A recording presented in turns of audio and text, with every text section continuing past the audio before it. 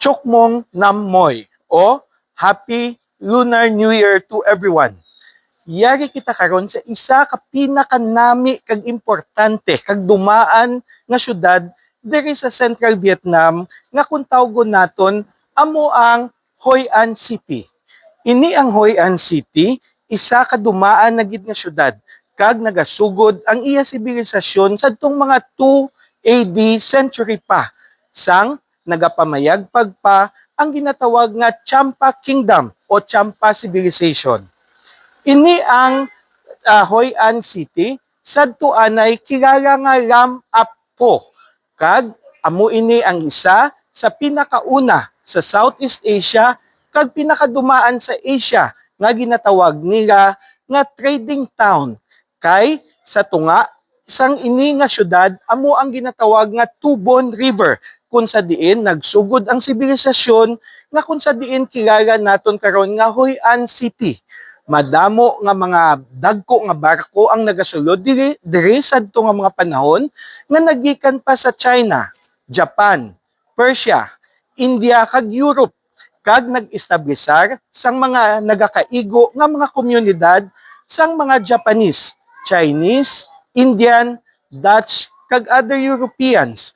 Kag sa karon kung ikaw magalibot sa sining matahom nga syudad, imo makita ang mga ancient ancestral houses nga nagikan sa sadto nga mga nasyon.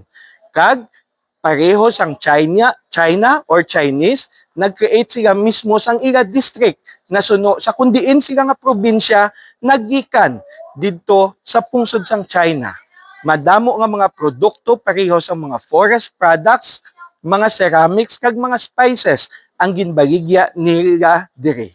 Kag ang ginakabig nga golden age sining Hoi An City amo ang sadtong 15th as hantod 18th century.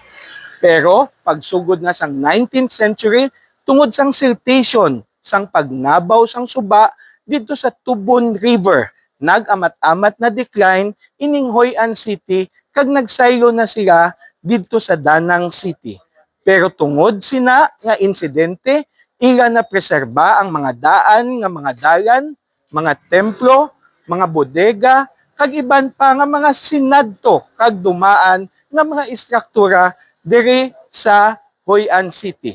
Karon, ini ginakabig nga isa na ka UNESCO World Heritage Site sadtong 1999 pa. Kag tungod nga ila na preserba adtong mga dumaan nga mga ancient kag medieval period nga mga structures diri sa Vietnam, ini ginakabig nga isa ka konkreto nga dokumento nga nagapakita sang sibilisasyon sang mga Champa Kingdom kag sang mga olden Vietnamese culture and civilization. Para sa hibalo sang mga Victoriasanon, ako si Konsehal Dino Acuña, ang paryente sang masa.